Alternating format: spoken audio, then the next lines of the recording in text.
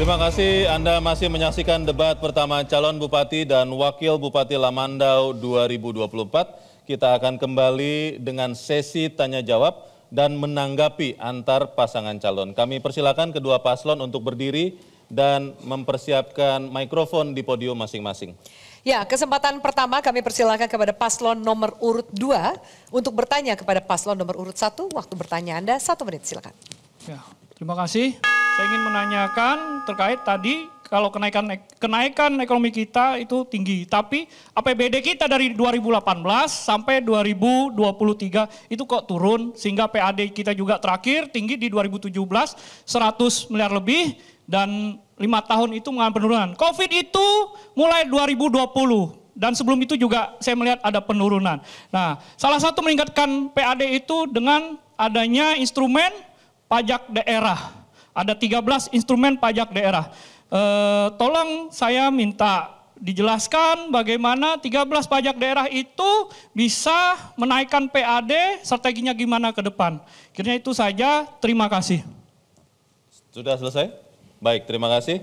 Kami persilakan bagi paslon nomor urut 1 untuk menjawab. Waktu Anda 3 menit dimulai ketika Anda menjawab. Silakan. Baik, terima kasih. Masyarakat Kabupaten Lamandau yang saya banggakan, kita telah bersama melewati situasi sulit pada saat itu.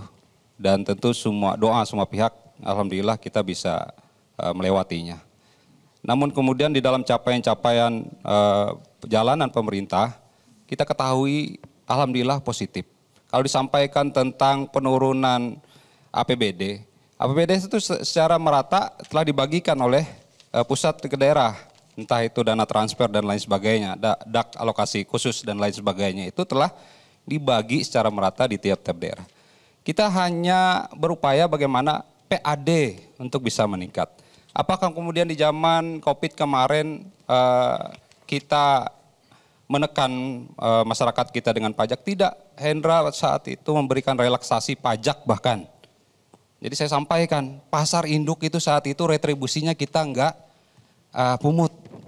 Kenapa? Karena kita ketahui saat itu masyarakat sedang sulit. Jadi kalau ditanya PAD turun, salah satu parameternya itu. Kemudian kontribusi dari BPHTB, pajak yang sekali pungut saja. Dan ini saya berikan pemahaman kepada kita semua bahwa dengan keterbatasan kita pun kita masih bisa ada akselerasi pembangunan. Apa sih upaya Hendra kemarin? Bagaimana infrastruktur jalan, misalkan Lubuk Hijau, Batu Ampar, itu tidak ada serupiah pun duit APBD. Apa sih yang Hendra lakukan? Kita lakukan kerjasama dengan dunia usaha, yang itu bunyinya adalah konsorsium. Itulah strategi yang kita lakukan di tengah sulitnya situasi saat itu dan penurunan APBD yang dialami setiap daerah. Jadi kalau ditanya kemarin kok APBD turun, faktanya demikian. Faktanya demikian. Dan kami tidak berpangku tangan, ada kerja-kerja dan upaya yang kami lakukan, semisal tadi yang saya sampaikan. Hal-hal lain, misalkan kegiatan-kegiatan di daerah-daerah terpencil lainnya, juga kita sapa dan sentuh, tidak kita biarkan dengan kesulitannya. Bagaimana selama ini Batangkawa tidak bisa tembus jalan. Alhamdulillah paslon nomor 2 kemarin bisa kampanye di sana lewat jalan yang Hendra buka saat itu. Dan ini dirasakan masyarakat kami, kerangka berpikir kami, mengetahui apa saja yang menjadi kesulitan masyarakat saat itu. Termasuk jalan akses ke Kinak Jemuat itu. Dan alhamdulillah sekarang hal tersebut bisa kita wujudkan secara bertahap tentunya. Sekali lagi, kita tidak hanya mengumbar janji, Hendra dan Pak Budiman insya Allah memberikan bukti. Terima kasih, waktu sudah selesai.